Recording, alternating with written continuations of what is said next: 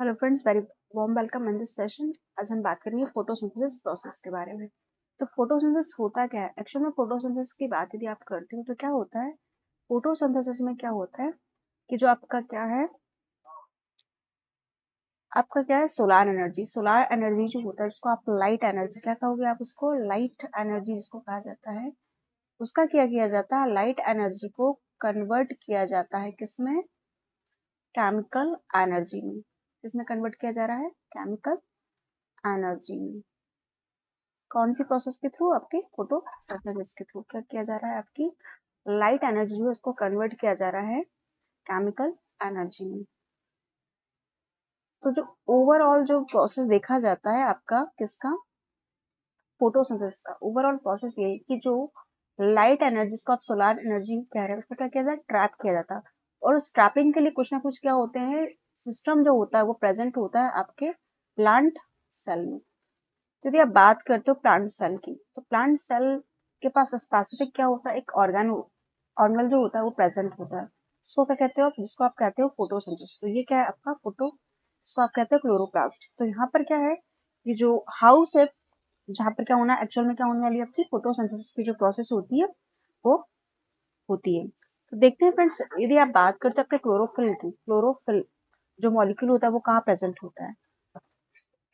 जो क्लोरोप्लास्ट होता है उसके अंदर क्या होता है, आपका क्लोरोफिल जो होता है प्रेजेंट होता है। क्लोरोप्लास्ट की यदि बात करते हैं तो यहाँ पर क्या होता है हमारे पास में, यहाँ पर हमारे पास होता है, एक होती है आपकी आउटर कवरिंग जिसको आप आउटर एनवलप कह सकते हो, दूसरी होती है इनर कवरिंग जिसको आप इनर एनवलप भी कह सकते हो, इनर इनर मेम्ब्रेन होती है। और एक और मेम्ब्रेन होती है जिसको आप क्या कहोगे, थाइलाकॉइड मेम्ब्रेन बोलोगे। तो यदि आप बात करते हो फ्रेंड्स, सबसे पहले तो आप क्या बात करो कि आपका जो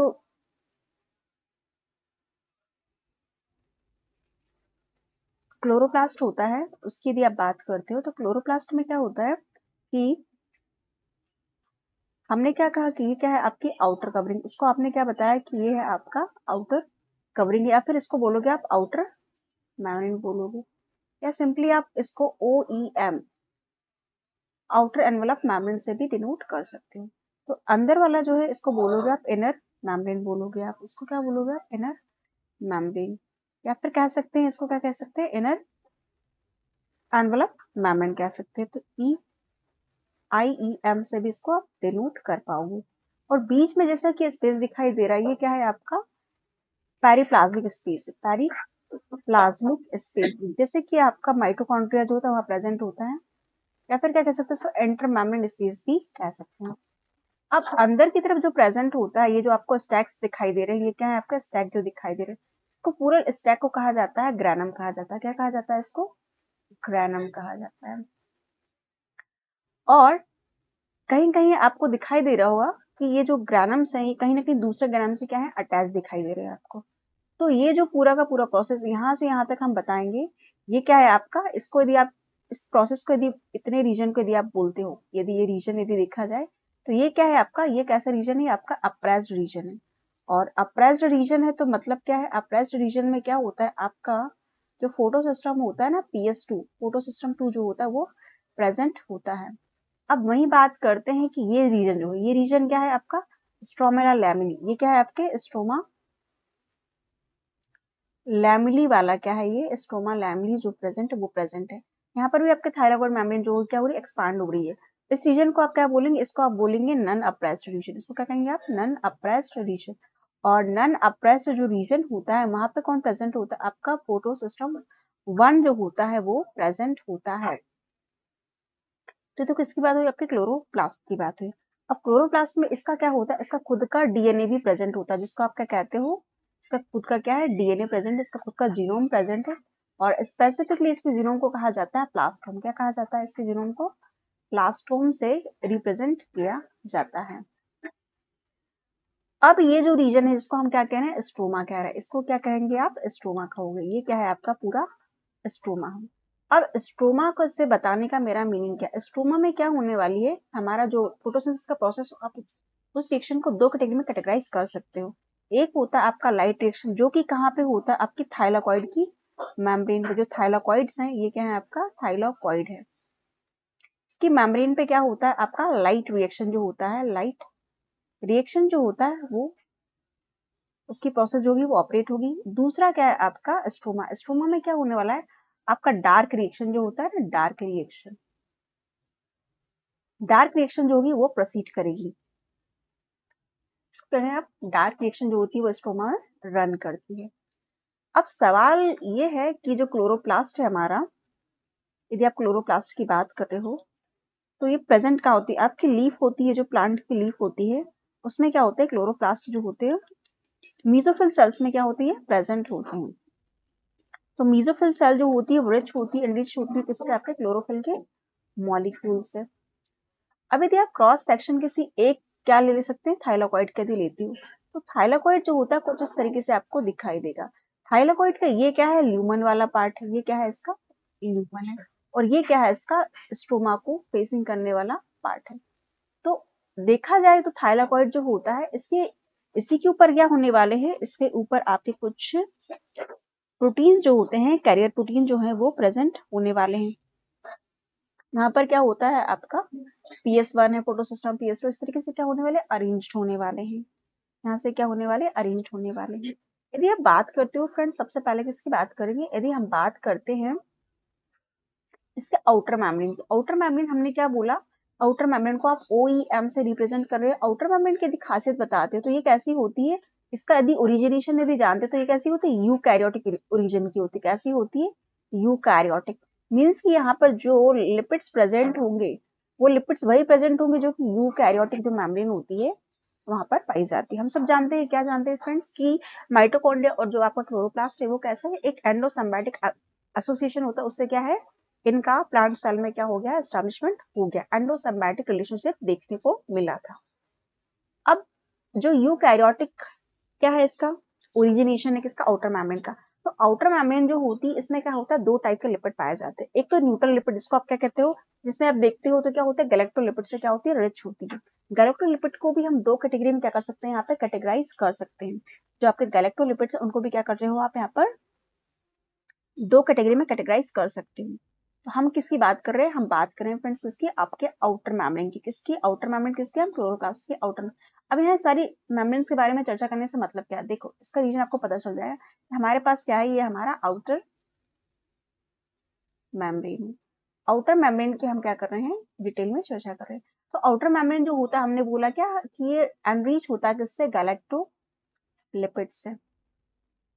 प्लाज्मा मेम्ब्रेन जो होती है, मेम्ब्रेन मोस्टली किससे एनरिच होती है, लिपिड्स और प्रोटीन होते हैं ज्यादा मैक्सिमम मात्रा में, और जो अधिक कार्बोहाइड्रेट यदि प्रेजेंट है तो कैसे, वो फ्री फॉर्म में प्रेजेंट नहीं होते। तो गैलेक्टोलिपिड जो होते हैं वो प्रेजेंट होते हैं। अब गैलेक्टोलिपिड जो प्रेजेंट है कैसी होती है, ये एनरिच होती है। तो दो टाइप के गैलेक्टोलिपिड जो होते हैं वो प्रेजेंट होते हैं। एक तो आपका होता है, क्या होता है, एक आता है आपका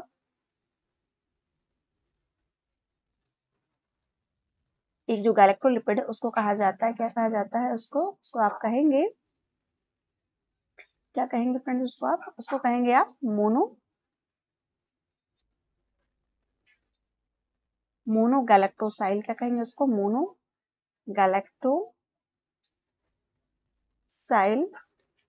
डाई असाइल ग्लिसरॉल। क्या बोलेंगे उसको, डाई असाइल ग्लिसरॉल बोलोगे।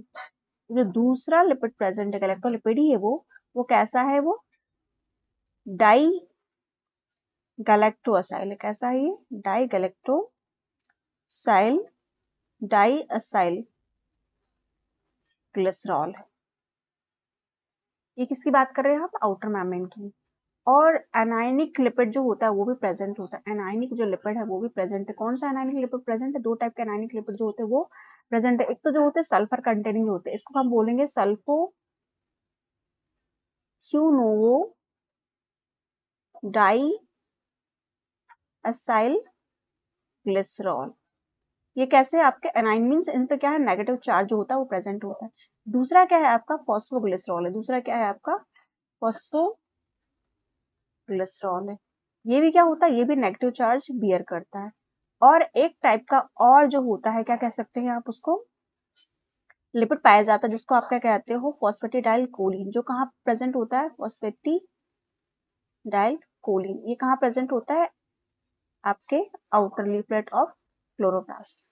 तो फॉस्फेटिडाइल कोलिन का प्रेजेंस होना ही ये बता देता है कि बता देता है कि आपकी जो आउटर मेम्ब्रेन कैसी है, वो यूकैरियोटिक ओरिजिन की। कैसी है, जो कि यूकैरियोटिक सेल में फॉस्फेटिडाइलकोलिन जो होता है वो प्रेजेंट होता है।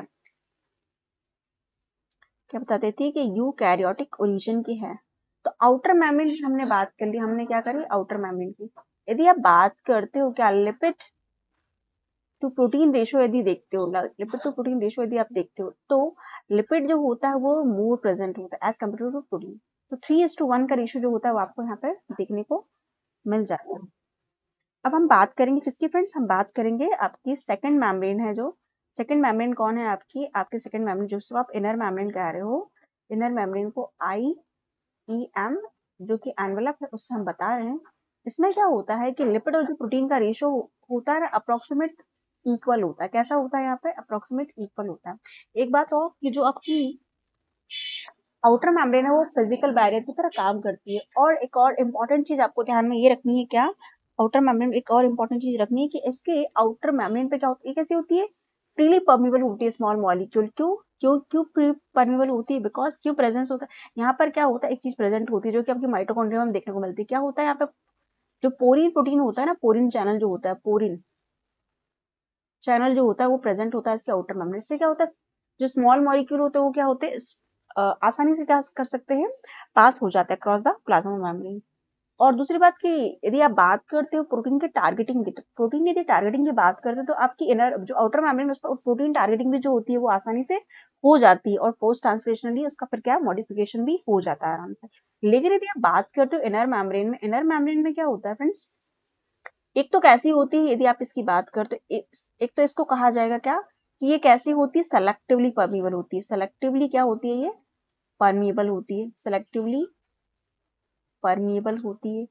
दूसरी बात की यदि आप यहाँ पर टारगेटिंग की यदि बात करते हो, प्रोटीन के टारगेटिंग की बात करते हो, तो क्या होता है यहाँ पे प्रोटीन की टारगेटिंग होने में बहुत जद्दोजहद, मीन्स व्हाट की यहाँ पे बहुत सारे जो ट्रांसपोर्टर प्रोटीन होते हैं उनका इन्वॉल्वमेंट आपको देखने को मिलता है। मीन्स यहाँ पे पोस्ट ट्रांसलेशनली जो मॉडिफिकेशन होता है, पोस्ट ट्रांसलेशनल मॉडिफिकेशन होता है जो कि क्या क्या चीजों को इन्वॉल्व करता है, जो कि आपके ER पर क्या होता है, ट्रांसलोकोन प्रेजेंट होता है, उस पर पूरे जो आपके ट्रांजिट पेप्टाइड है उसको रिक्रूट किया जाता है। तो ये क्या है आपके इस तरीके से यहाँ पर टारगेटिंग होती है प्रोटीन की यहाँ पे। और आपका जो आउटर मेम्ब्रेन था वहाँ पे साइटोसोलिक टारगेटिंग होती है। यहाँ पर कैसी हो रही है टारगेटिंग, तो डिफरेंट तरीके से हो रही है। यहाँ पर क्या हो रहा है, पोस्ट ट्रांसलेशन क्या हो रहा है, मॉडिफिकेशन आपको देखने को मिलता है। तो ये क्या है आपकी IM की बात है, क्या है ये इनर एनवेलप जो मेम्ब्रेन प्रोटीन है उसकी हम बात कर रहे हैं। अब रेशो यदि देखा जाए तो 1:1 होता है यहाँ पर।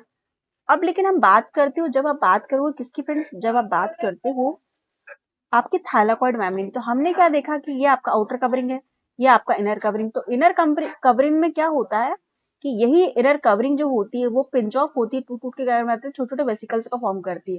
और ये छोटे छोटे वेसिकल फिर इस तरीके से अरेंज हो जाते हैं, जिनको आप स्टैक कहते हो। स्टैक के रूप में क्या होते हैं, अरेंज हो जाते हैं, फिर फाइनली क्या बनाते हैं, ग्रैनम बनाते हैं। अब सवाल ये उठता है कि जो वेसिकल्स बन रही हैं, जो सेल के अंदर बन रही है, ये आई कहाँ से, तो आती कहाँ से, ये आती आपके इनर मेम्ब्रेन से। इनर मेम्ब्रेन ही क्या करती है, इनकोड करती है किसको, इनको। कैसे इनकोड करती है कि एक जीन होता है, एक क्लोरोप्लास्ट का क्या होता है, जीन हो, जिसको आप VIP1 जीन कहते हैं, जिसको आप कहते हैं वेसिक्यूलर इंड्यूसिंग प्रोटीन। इंड्यूसिंग प्रोटीन क्या कहा जाता है उसको, वेसिकल इंड्यूसिंग प्रोटीन 1 कहते हैं। तो ये जो जीन होता है ये इनकोड करता है किसको, इन वेसिकल्स को फॉर्मेशन के लिए। क्या बोलता है कि तुम क्या क्या बनाओ, इन वेसिकल्स को बनाओ। छोटी छोटी वेसिकल जब स्टैक के रूप में अरेंज होते हैं उसको फाइनली क्या बना लेती है, ग्रैनम बना लेती है। तो इस स्ट्रक्चर को हमने क्या बोला, ये थाइलाकॉइड है।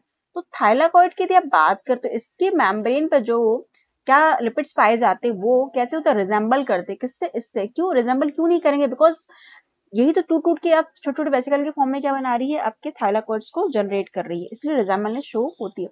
लेकिन थाइलाकॉइड मेम्ब्रेन की एक खासियत है, क्या खासियत है कि यहाँ पे लो लिपिड का क्या होता है रेशो, और प्रोटीन जो होता है वो ज्यादा मात्रा में होता है।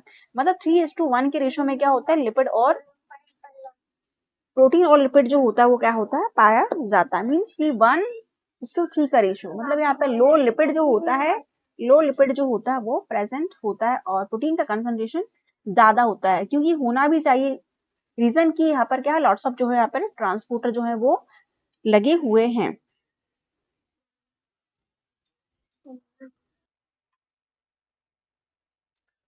हमने क्या बात की, थाइलाकॉइड मेम्ब्रेन की बात की। थाइलाकॉइड मेम्ब्रेन में हमने बोला कि क्या होता है, यहाँ पे लिपिड जो होता है उसका कंसंट्रेशन कम होता है एज कम्पेयर टू प्रोटीन। मतलब कि वन जो यदि लिपिड है और 1:3 का रेशियो होता है, लो लिपिड टू प्रोटीन रेशियो जो होता है, तो थाइलाकॉइड मेम्ब्रेन में जो होता है प्रेजेंट होता है। अब सबसे पहले फ्रेंड्स, यदि हम डिटेल में जानेंगे कि इसका फोटोसिंथेसिस, उसके लिए हमारे पास कुछ प्रिंसिपल है, जिन पूरे प्रिंसिपल पे क्या हो रहा है, आपका फोटोसिंथेसिस जो हो रहा है वो ऑपरेट हो रहा है। तो पहले हम उन प्रिंसिपल्स की हम जानकारी ले लेते हैं। प्रिंसिपल में क्या बोलता है फ्रेंड्स, कि प्रिंसिपल जो है वो क्या कहते हैं। यदि प्रिंसिपल्स की बात करते हो तो पहला प्रिंसिपल है वो क्या कहता है, पहला प्रिंसिपल कहता है कि the capture of solar energy. हमने इनिशियली भी बोला था, जब हमने क्या बोला था, हमने बोला क्या, हमने जब बात की थी आपके इंट्रोडक्शन के पॉइंट में या फिर डेफिनेशन में, कि the capture of solar energy by photosynthetic organisms and its conversion to the chemical energy to reduce organic compound is the ultimate source of nearly all biological energy and organic nutrients for all the non-photosynthetic organisms including humans। तो human हो या फिर कोई और भी जो non photosynthetic है, जो कि हेटरोट्रॉपिक ऑर्गेनिज्म होते हैं, उन्हें एनर्जी चाहिए, तो उन्हें एनर्जी जो चाहिए वो कहाँ से ले सकते हैं, वो एनर्जी ले सकते हैं आपके ऑटोट्रॉपिक ऑर्गेनिज्म। ऑटोट्रॉपिक कौन आ जाते हैं, आपके प्लांट्स आ गए हैं, साइनोबैक्टीरियाज हैं, कुछ बैक्टीरियाज होते हैं, और कुछ आपका जो साइनोबैक्टीरिया हो गया, आपका एल्गल जो हो गई है, एल्गा जो होती है वो प्रेजेंट होती है, कैसे ये और आपके ऑटोट्रॉपिक ऑर्गेनिज्म की कैटेगरी में आते हैं। अब ये क्या बनाने वाले हैं, ये कुछ केमिकल एनर्जी को क्या कर रहे हैं, ट्रैप कर रहे हैं। जब केमिकल एनर्जी को ट्रैप करते हैं तो उसको फाइनली किस में कन्वर्ट कर रहे हैं, उसको आप केमिकल एनर्जी में, और सोलर एनर्जी को फाइनली केमिकल एनर्जी में क्या किया जा रहा है, कन्वर्ट किया जा रहा है। जो दूसरा इसका प्रिंसिपल, उसके अकॉर्डिंग क्या होता है कि जो फोटोसिंथेटिक ऑर्गेनिज्म है, यूज क्या करते हैं, tightly organise light harvesting complex जो होता है वो इनके पास प्रेजेंट होता है। अब वो टाइटली जो ऑर्गेनाइज्ड लाइट हार्वेस्टिंग कॉम्प्लेक्स क्या, उसके बारे में हम डिटेल में क्या करेंगे, चर्चा करेंगे। To absorb sunlight. अब जो लाइट हार्वेस्टिंग कॉम्प्लेक्स प्रेजेंट का काम क्या है, हमने क्या बोल दिया पहले स्टेटमेंट में, हमने बोला क्या कि फोटोसिंथेटिक ऑर्गेनिज्म जो होते हैं वो कैप्चर करते हैं लाइट एनर्जी को। तो वो कैप्चर कौन करता है, यदि आप कौन की बात करते हो तो कौन करता है, वो लाइट हार्वेस्टिंग कॉम्प्लेक्स जो होता है वो एब्जॉर्ब करता है आपके सनलाइट को या फिर सोलर एनर्जी को in its chemical form, capture in its chemical form. फिर क्या हो रहा है कि separation of positive negative charge leading two electron flow. अब आपने क्या कर लिया, हार्वेस्ट कर लिया है क्या, सोलर एनर्जी को, और उसको केमिकल एनर्जी में भी क्या कर लिया है आपने, उसको फॉर्म कर लिया है। अब बात आती है कि इनके इलेक्ट्रॉन फ्लो, जो इलेक्ट्रॉन फ्लो जो होता है वो कैसे होता है। तो यदि आप इलेक्ट्रॉन फ्लो के लिए देखते हो तो जो लाइट ड्रिवन फ्लो होता है ना इलेक्ट्रॉन्स का, through specialise carrier is called ATP synthase. ATP synthase जो होता है वो भी प्रेजेंट होता है। एटीपी सिंथेस कहाँ लगा होता है, एटीपी सिंथेस की यदि बात करते हो तो वो होता है आपके थाइलाकॉइड के मेम्ब्रेन पे, क्या होता है आपका एटीपी सिंथेस जो होता है वो लगा होता है। मैं भी बताऊंगी आपको कैसे होता है। फिर जब बात करते हैं एवोल्यूशन की, एवोल्यूशन के अकॉर्डिंग क्या होता है, यूनिवर्सल जो मैकेनिज्म होता है जिसके लिए coupling of ATP synthase to the flow of electron. जब फ्लो ऑफ इलेक्ट्रॉन होता है तो कपलिंग हो जाती है क्या, एटीपी सिंथेसिस, मतलब एटीपी सिंथेसिस भी साथ में होती है। जो लास्ट फाइनल आपका क्या है प्रिंसिपल, उसके अकॉर्डिंग यदि बात करते हो आपका एटीपी और एनएडीपीएच जो कि कहाँ से बन रहा है, लाइट डिपेंडेंट रिएक्शन से बनते हैं। अब इतना होने के बाद क्या हो जाता है कि, और ये क्या आपका रेडिएशन पावर है। अब इसका इस्तेमाल कहाँ, इसका इस्तेमाल होना है आपका सीटो के एजिमिनेशन, जिसको आप डार्क रिएक्शन कहते हैं। उसमें क्या होता है, एटीपी और एनएडीपीएच को क्या कर लिया जाता है, अगेन क्या कर लिया जाता है, यूज कर लिया जाता है। तो ये तो क्या हो गई आपके बेसिक प्रिंसिपल्स की बात की, फोटोसिंथेसिस जो होता है वो उसका प्रिंसिपल क्या होता है। यहाँ मैंने फ्रेंड्स इस डायग्राम में क्या बताया था आपको कि ये आपका नन अप्रेस्ड रीजन है। तो यदि नन अप्रेस्ड रीजन में हमने क्या बोला कि यहाँ पे मोस्टली मैंने PS1 लिखा है। ये PS1 क्या है, ये लाइट हार्वेस्टिंग कॉम्प्लेक्स है आपका, ये क्या है आपका लाइट हार्वेस्टिंग कॉम्प्लेक्स है। अब देखते हैं कि PS1 हो गया है, और फिर आपका, तो हम जो देख रहे हैं, क्या देख रहे हैं फ्रेंड्स, हम देख रहे हैं क्या कि आपका फोटोसिंथेसिस देखिए, फोटोसिंथेसिस को जितनी भी रिएक्शंस है उनको ओवरऑल यदि देखा जाता है तो हम क्या कर सकते हैं, इनको दो कैटेगरी में क्या कर रहे हैं, कैटेगराइज कर सकते हैं। कैसे कर सकते हैं दो कैटेगरी में कैटेगराइज, पहला तो क्या है कि लाइट रिएक्शन होती है। जो लाइट रिएक्शन होती है हमने इनिशियली भी क्या दिया था, कहाँ होती है आपके थाइलाकॉइड की मेम्ब्रेन पे। कैसे होती है, थाइलाकॉइड की मेम्ब्रेन पे क्या होता है कि आपका लाइट रिएक्शन जो होता है वो होता है, और आपका डार्क रिएक्शन हमने बोला था क्या होता है कि स्ट्रोमा में होता है। कहाँ होती है, स्ट्रोमा में रन होती है। अब यदि लाइट रिएक्शन की बात करते हैं उसको हम दो साइकिल में और मतलब दो पार्ट और कैटेगराइज कर सकते हैं। जैसे एक होता है आपका साइक्लिक फॉस्फोराइलेशन, दूसरा होता है नॉन साइक्लिक होता है। और डार्क रिएक्शंस के लिए हमारे पास मल्टीपल स्टेप, जैसे कि C3 साइकिल हो गया, C2 साइकिल है, C4 है और कैम पाथवे है। इस तरीके से ओवरऑल आप क्या देख सकते हो, फोटोसिंथेसिस को आप देख सकते हो। यदि आप फ्रेंड्स बात करते हो, क्या बात करते हो, आपके लाइट रिएक्शन की, यदि आप लाइट रिएक्शन की बात करोगे तो सबसे पहले तो हमारे पास क्या होना चाहिए कि जो लाइट रिएक्शन है उसके लिए क्या क्या इंपॉर्टेंस का होना जरूरी, जैसे होना ये जरूरी है कि ये क्या है आपका, क्या है ये इलेक्ट्रोमैग्नेटिक स्पेक्ट्रम। इसको बताने से मीनिंग क्या है, इसको बताने का मीनिंग ये है फ्रेंड्स कि यहाँ हमको क्या देखने को मिलेगा, यहाँ हमको देखने को मिलेगा क्या, ये जो रीजन है आपका, ये क्या है, विजिबल लाइट है। ये विजिबल लाइट जो होती है, ये हमने क्या बोला इनिशियली कि सोलार एनर्जी क्या होती है आपकी, सोलार एनर्जी को क्या किया जाएगा, बार बार रिपीट करूंगी फ्रेंड, सोलार एनर्जी को किसमें कन्वर्ट किया जाएगा, आपके केमिकल एनर्जी में। किसमें, केमिकल एनर्जी में इसको कन्वर्ट किया जाएगा। अब जब केमिकल एनर्जी में कन्वर्ट हो रही तो इतनी आसानी से तो नहीं हुआ, कुछ तो हुआ होगा। तो कुछ ये होता है कि यहाँ पे क्या होता है कि आपकी लाइट जो रिएक्शन होती है, लाइट रिएक्शन होती है जो कि लाइट डिपेंडेंट होती है, लाइट रिएक्शन जो कि लाइट डिपेंडेंट होती है वो प्रोसीड होती है। तो कैसे प्रोसीड होती है, अब लाइट है, इतनी सारी लाइट आई है, अब प्लांट को कैसे पता कि मुझे कौन सी लाइट को क्या करना है, एब्जॉर्ब करना है, कौन सी लाइट को एब्जॉर्ब नहीं करना। होता क्या है कि फोटो सिस्टम जो होते हैं वो प्रेजेंट होते हैं किसमें, आपके थाइलाकॉइड की मेम्ब्रेन पे। फोटो सिस्टम जो होते हैं वो क्या होता है, प्रेजेंट होते हैं, ट्रांस मेम्ब्रेन प्रोटीन जो होता है वो प्रेजेंट होता है। तो जो इलेक्ट्रोमैग्नेटिक रेडिएशन यदि आप उसमें बात करते हो यूवी विजिबल की, तो यहाँ पे 300 टू 750 टू 700 300 टू 700 300 टू 700 का नैनोमीटर का जो लाइट एब्जॉर्बिंग रीजन होता है वो कैसा होता है, उसको आप कह सकते हो पार। पार का मतलब हमारा मतलब है कि कैसा होता है ये, फोटोसिंथेटिकली कैसा होता है ये, फोटोसिंथेटिकली कैसा है ये, एक्टिव रीजन है। कैसा है, फोटोसिंथेटिकली एक्टिव रीजन। मींस कि ये वो लाइट है जहां पे एक्चुअल में क्या होने वाला है, आपका फोटोसिंथेसिस, जिस पे क्या हो सकता है, जिस लाइट को क्या कर सकता है, अब्सॉर्ब करके प्लांट जो है वो फोटोसिंथेसिस कर सकता है। ये तो क्या हो गई आपके बात की, हमने बात क्या की कि जो PS1 होता है, यदि आप उसकी बात करते हैं, फोटो सिस्टम 1 की यदि बात करते हो, तो वो 700 नैनोमीटर की क्या करता है, लाइट को एब्जॉर्ब करता है। और PS2 की यदि आप बात करते हो तो वो 680 नैनोमीटर की जो लाइट होती है उसको एब्जॉर्ब करता है। अब आपका 700 हो गया, आपका 680 हो गया, तो बीच में जो 380 और 430, क्या इन लाइट्स को एब्जॉर्ब नहीं किया जाता, इन लाइट्स को भी एब्जॉर्ब किया जाता है। उनके लिए हमारे पास क्या होता है, कुछ एसेसरी पिगमेंट जो होते हैं वो प्रेजेंट होते हैं। जैसे कि यदि आप बात करते हो, क्या बात करते हैं फ्रेंड्स, जैसे कि आप बात करते हो क्या कि हमारे पास क्या है, हमारे पास है, इनिशियली मैंने क्या बोला कि आपके थाइलाकॉइड मेम्ब्रेन, थाइलाकॉइड मेम्ब्रेन में क्या होता है, कुछ ना कुछ क्या होते हैं आपके कैरियर प्रोटीन जो है वो लगे हुए हैं। अब ये जो कैरियर प्रोटीन्स हैं, ये क्या है आपके कैरियर प्रोटीन, जिसको मैं एक को बोल रही हूँ, क्या कह रही हूँ, एक को बोल रही हूँ PS2 और दूसरा जो है वो PS1 है। PS2 से PS1 से हमारा मीनिंग क्या है, तो यदि आप बात करते हो किसी फोटो सिस्टम की, ये क्या है, photo system 1 and photo system 2।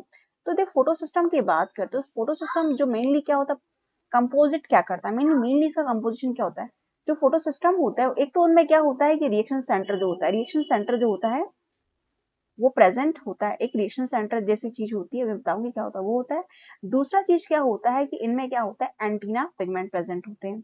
Antenna जो पिगमेंट होता है जो कि एक्चुअल में क्या कर सकते हैं, लाइट को हार्वेस्टिंग कर सकते हैं। तो लाइट को हार्वेस्ट कर सकते हैं, तो ये लाइट हार्वेस्टिंग कॉम्प्लेक्स जो होता है वो प्रेजेंट होता है। तो यदि आप बात करते हो PS1 के रीजन में, तो PS1 का जो रिएक्शन सेंटर को उसको RC1 से डिनोट करते हैं, और PS1 का जो एंटीना पिगमेंट होता है, जो लाइट हार्वेस्टिंग कॉम्प्लेक्स को LSC1 से डिनोट किया जा सकता है। सिमिलर मैनर में हम फोटोसिस्टम 2 के लिए भी reaction centre 2 and antenna pigment 2 या फिर क्या कह सकते हैं LSC2 से डिनोट कर सकते हैं। तो होता क्या है, होता यह है कि हमारे पास मान लो यदि हम PS1 की बात करें, किसकी बात करें हम फ्रेंड्स, कि यदि हम PS1 की बात करें या PS2 की चलो बात कर लेते हैं, फोटो सिस्टम 2 की बात करें, तो हमारे पास क्या फोटो सिस्टम 2 है। फोटो सिस्टम 2 किसको कह रहे हैं, जो कि क्या कर रहा है, लाइट को हार्वेस्ट करेगा। लाइट को हार्वेस्ट करने से हमारा मतलब क्या है, मतलब कि जो एक्चुअल में जो आपकी सोलार एनर्जी है उसको कोई अब्सॉर्ब करने वाला भी तो होना चाहिए ना, उसको कोई अब्सॉर्ब करने वाला कौन है यहाँ पर, PS2 है या PS1 है फोटो सिस्टम। तो होता क्या है इसके पास क्या होगा, एक तो हमने क्या बोला रिएक्शन सेंटर होगा, रिएक्शन सेंटर, तो ये मान लो क्या है आपका रिएक्शन सेंटर, ये क्या है इसका रिएक्शन सेंटर। इस फिर इसके पेरिफेरी में क्या प्रेजेंट होता है, इसके पेरिफेरी में फिर प्रेजेंट होता है क्या, आपके एंटीना पिगमेंट्स प्रेजेंट होते हैं। क्या प्रेजेंट होते हैं, आपके एंटीना पिगमेंट्स प्रेजेंट होते हैं। अब एंटीना पिगमेंट्स कौन है यहाँ पे, मेनली कौन होते हैं आपके क्लोरोफिल, कौन होते हैं यहाँ पे क्लोरोफिल जो होता है मॉलिक्यूल प्रेजेंट, ये क्या है आपका एंटीना पिगमेंट है। तो क्लोरोफिल जो होते हैं वो प्रेजेंट होते हैं। और यदि बात की जाती है तो इनके पेरिफेरी में और भी कुछ चीजें प्रेजेंट होती है, जिसको आप क्या कह रहे हो, एसेसरी पिगमेंट्स कह रहे हो, इनको क्या कहेंगे आप, एसेसरी पिगमेंट्स कहते हो। जैसे मैंने इनिशियली पहले भी कहा, क्या कहा फ्रेंड्स, कि जो PS2 होता है वो 680 के नैनोमीटर को क्या करता है, एब्जॉर्ब करता है। तो बाकी जो लाइट से नैनोमीटर है, विजिबल लाइट है, वो कौन एब्जॉर्ब करता है, तो जो रेस्ट ऑफ द लाइट होती है उसको कौन एब्जॉर्ब करते हैं, आपके जो एसेसरी पिगमेंट, जिसको आप क्या कह रहे हो सेकेंडरी पिगमेंट मॉलिक्यूल होते हैं, वो एब्जॉर्ब करते हैं और क्या करते हैं, चैनलाइज करते हैं। क्या करते हैं कि मान लो कोई क्या है आपका सूरज है यहाँ पर, मतलब आपका सन यहाँ पर, यहाँ से लाइट ऑब्जॉर्व, तो चैनलाइज करे, मतलब डायरेक्ट जो एंटीना पिगमेंट है वो तो कर ही लेगा, लेकिन जो रेस्ट ऑफ जो नैनोमीटर की लाइट है उसको एब्जॉर्ब नहीं कर पा रही। क्या करता है कि जो एसेसरी पिगमेंट्स होते हैं वो क्या करते हैं, चैनलाइज करते हैं लाइट को, मतलब फाइनली किसके पास पहुंचा दिया जाता है, एसेसरी से जाएगा किसके पास में, एंटीना के, और एंटीना से फाइनली आपकी रिएक्शन सेंटर को क्या हो जाता है, आपका जो फोटोन है वो, मतलब फोटोन जो हो वो स्ट्राइक हुए। इस तरीके से क्या देख रहे हो फ्रेंड्स, आप क्या देख रहे हो कि मैंने कंसेप्ट क्या बताया, मैंने सबसे पहले आपको बताया क्या, कि रिएक्शन सेंटर होता है, क्या होता है हमारे पास में, रिएक्शन सेंटर होता है। जो रिएक्शन सेंटर होता है ये आपका रिएक्शन सेंटर है। रिएक्शन सेंटर में क्या होता है कि इलेक्ट्रॉन जो होते हैं ना, इलेक्ट्रॉन डोनर जो होता है वो प्रेजेंट होता है कहां पर, आपके रिएक्शन सेंटर में। फिर उसके सराउंडिंग में क्या प्रेजेंट होता है, सराउंडिंग में कौन प्रेजेंट है, उसके सराउंडिंग में प्रेजेंट है आपके क्लोरोफिल के मॉलिक्यूल। कौन प्रेजेंट है यहाँ पर, क्लोरोफिल का मॉलिक्यूल प्रेजेंट है, जो कि क्या कर रहा है, क्लोरोफिल, मेनली क्लोरोफिल ए जो होता है वो प्रेजेंट है। क्लोरोफिल ए प्रेजेंट है, मतलब इसको आप क्या कह रहे हो, एंटीना पिगमेंट, इसको क्या कहेंगे आप, एंटीना पिगमेंट कहते हैं, इनको कहेंगे हम एंटीना पिगमेंट। अब ठीक है, PS2 ने 680 के नैनोमीटर की लाइट को एब्जॉर्ब कर लिया, लेकिन जो लाइट एब्जॉर्ब नहीं कर पा रहा है 680 नैनोमीटर, मतलब का क्लोरोफिल ए और जो दूसरे पिगमेंट्स होते हैं, तो उनको एब्जॉर्ब करने के लिए कौन होता है, उनको एब्जॉर्ब करने के लिए आपके एसेसरी पिगमेंट, कौन है आपके एसेसरी जो पिगमेंट होते हैं वो प्रेजेंट, वो एसेसरी पिगमेंट, जैसे कि यदि आप PS2 की बात करें तो यहाँ पे जेंथोफिल हो सकते हैं, कौन है ये, जेंथोफिल है, जेंथोफिल है। और PS1 की बात करें तो वहां पर कैरोटीनॉइड्स जो होते हैं वो प्रेजेंट है, तो ये जेंथोफिल क्या है, ये प्रेजेंट है। तो मान लो अब हमारे पास क्या है, कि मेरे पास क्या हुआ कि मेरे पास क्या हुआ कि आपका यहाँ पर ये सन है, ये क्या है, यहाँ से सन है। अब जो फोटोन है लाइट के, फोटोन क्या होता है, लाइट से सिंपली पैकेट्स होते हैं, स्ट्राइक हुए कहाँ पर आएंगे, आपके रिएक्शन सेंटर पर।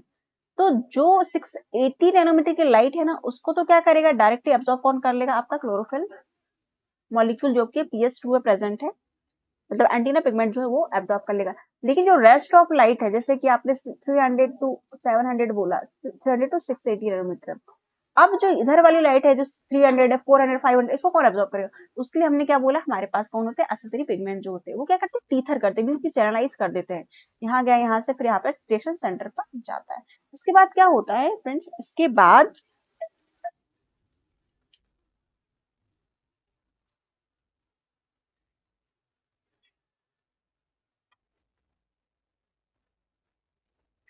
तो हमने क्या बात की कि आपका जो रिएक्शन सेंटर है वो किस तरीके से, इलेक्ट्रॉन जो है, इलेक्ट्रॉन क्या है, डोनर है, क्या है, इलेक्ट्रॉन डोनर।